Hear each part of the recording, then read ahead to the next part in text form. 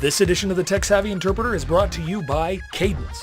Cadence streams real-time interpretation into business meetings and live events. Are you an interpreter who has been asked to provide remote simultaneous interpretation? From now until August 1st, fans of the Tech Savvy Interpreter can use the Cadence platform for free. Go to cadencetranslate.com to learn more and help your team to talk business anywhere. Hello, welcome to this edition of the Tech Savvy Interpreter. I'm Professor Olsen. I recently finished my first year of teaching interpreting online for the Middlebury Institute of International Studies at Monterey. All told, I spent over 450 contact hours teaching both consecutive and simultaneous interpreting and some site translation remotely. It has been an amazing learning experience for me and for my students. In September 2016, in the Tech Savvy Interpreter column, I presented a number of technologies I use to teach consecutive interpreting via video conference. In this video, I'd like to share some initial lessons learned. 3 that are methodological and 3 technological. Let's start with methodology. Because no amount of cool technology will make a poorly designed class successful. In fact, if not appropriately applied, technology becomes a distraction. My first conclusion? Well, after a year of teaching online, I can say without a doubt that interpreting can be taught and learned successfully online. But successful online teaching requires discipline and initially a lot of additional preparation time to be done well. The need to maximize every minute of online synchronous time with my students has forced me to give greater order and structure to my teaching and carefully define what my learning objectives are for each class. Not that my classes were unstructured in the past, but when teaching remotely, wasted seconds can seem like minutes, and minutes like an eternity. So doing all you can to squeeze every bit of usefulness out of your synchronous class time with students is crucial. Second, converting my usual in-class lecture time to online videos for watching outside of class helped me maximize face-to-face synchronous instruction time for live interpreting practice and feedback. In EduSpeak, this is known as flipping the classroom. Planning, filming, and producing these short video lectures turned out to be more demanding and time-consuming than I initially thought. But the dividends for student learning and interpreting are clear. Producing the videos, even if they are going to be simple and of a relatively low production value, takes a lot of time up front. As any educator knows, curriculum design is a demanding and time-consuming process. For my videos, I used an enterprise-class video management platform called Panopto, provided by the Middlebury Institute. So thanks, Middlebury, for that.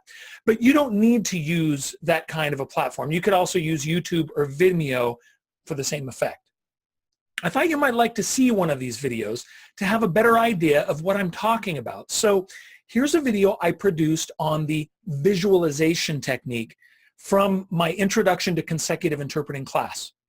This will give you an idea of what goes into one of these videos from the flipped classroom.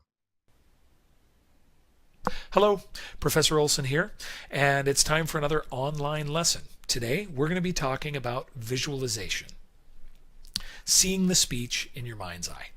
Let's get started. As we know, we don't necessarily need our eyes to see.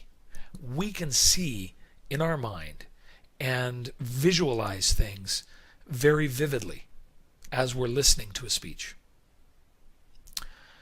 That's strategy number 2 that we're using for active listening. We've already talked about brainstorming or drawing on latent or passive knowledge and memories, and today we'll talk about visualization. Visualization being using your mind's eye to visualize, to see the message and picture the events as they are described. Something that we do on a fairly regular basis already. So why is visualization a good technique? Well, as you've begun your training as an interpreter, it's often tempting to focus on words rather than meaning or message. And we know that interpreting is meaning-based. Language learning is language-based. It's based on words and memorizing a lot of words and learning how to use them so that you can convey meaning. But with interpreting, we have to let the words do their job, but in order to do ours, we have to look beyond them. Visualization helps us do that. And it does so by helping us deverbalize the meaning or sense of a speech, leaving the source language words aside and thereby avoiding that temptation to focus on words and to transcode from one language to another. The example that I'll use for visualization today is between Spanish and English, but you'll see that the concept is equally applicable for other language combinations. Just the exact linguistic correspondences won't necessarily work in each language pair. So deverbalization, it's really that question of introducing an additional step between the source and target languages. Let's take the example of the word gato, cat in Spanish. And let me just say before I go on with this example that it may seem a little simple, but one very powerful thing that I've learned as a teacher is that if we can take what can be very complex problems and boil them down to their essence, make them as simple as we possibly can, and understand them at that basic level, then when it comes time to applying these concepts to very complex situations, we'll be able to do so with greater ease. So that's why I'm doing this very simple model for you. So gato, directly into English, cat. Pretty straightforward, all thinking, sure, that's simple, easy. Well, it's easy and simple until gato doesn't mean cat anymore. It means Jack. Some of you may be saying, oh yeah, that's right. So gato in Spanish is a polysemic word. It has more than one definition, and those definitions can be quite different from each other.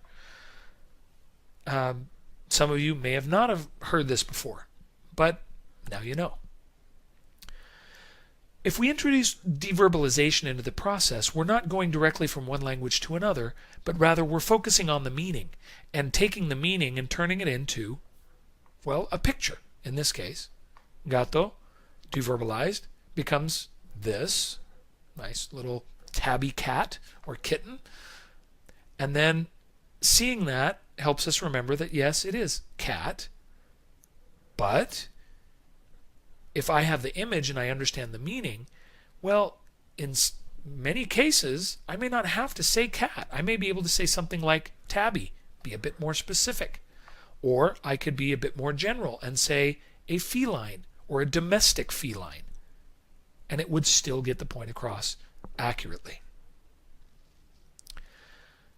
How about the case of Jack? Well, again, gato in Spanish. But if we're able to understand the concept and deverbalize and leave that word behind, we can picture something that's used to raise heavy things off of the ground, right? And then we come to the word Jack in the target language. We may also even be able to picture the item being used to raise a vehicle in this case, and it becomes crystal clear what gato meant in the source language. This is a simple but very powerful example of visualization and deverbalization helping us be focused on the ideas and not the words. Remember, you're not listening actively to remember words. You're listening to understand and retain the ideas. Hence, visualization can be a very powerful tool, particularly when a speech or portion of a speech is visual in nature or narrative in nature, as you've been able to see in class. That's all I have for you today, and I'll see you next time when we have another online lesson. My last observation on online teaching methodology is that, ironically, some things are easier when working remotely. As I'll explain in the technology section, software-defined video conferencing in the cloud has made some huge leaps forward in the last year. Video and audio recording, including multiple files from one video conference session, is now as easy as pressing a button. That means that remote interpretation testing is really a snap. The video conferencing platform I switched to in January, Zoom Video, allows me to share videos on screen along with my computer audio for testing purposes, or I can bring a live speaker from anywhere in the world to give a speech. Individual student exam recordings, both video and audio only, are available for download from the Zoom Video platform, or I can choose to record them directly to my computer's hard drive. The simple result is you save a lot of time and headache. Let's move on to the technology part now. I'll have three technological observations. First, as alluded to in my last point, there is a revolution going on right now in video conferencing. Cloud-based video conferencing platforms are making it easier and much less expensive. Until January, I had been using an enterprise-class video conferencing solution by Polycom to teach my consecutive interpreting classes. I switched from Polycom to Zoom Video for the spring semester, and it improved the experience for me and for my students. Connecting is easier, and I now have an entire suite of collaboration tools that I can use to teach. I'm talking about screen share, whiteboard, video and audio sharing, like I already referred to during testing. They're all on one platform. And one benefit from using a cloud-based platform was that I was able to offer some much-needed flexibility for a student who needed to attend class from home a couple of times during the semester. Second, ease of use is a big factor for technology if you want to use it in online teaching. Getting on a platform needs to be as simple as possible. In order to teach interpreting, both consecutive and simultaneous, I have had to employ multiple conferencing platforms and technologies. Each new platform or technological solution introduces complexity into the teaching equation. So the technology must have a clear pedagogical purpose. In addition, you must factor in the time at the very beginning of the semester to get every student up and running and comfortable with each technology that you're going to use. If you don't, this can really eat into your synchronous class time during the semester, something you definitely want to avoid. Third, and finally, not everything is perfect with the remote teaching model. I'll be the first to admit that there are some things that would just be easier if I were physically in the same space as my students and fellow interpreting professors. Some students were flustered when the technology did not perform perfectly, and that's understandable. Ironically, however, I interacted more with my students using video conferencing, WhatsApp, and online journaling this academic year than I have when I was face-to-face in the past. Even so, I think it is imperative to establish a good student-professor relationship from the beginning.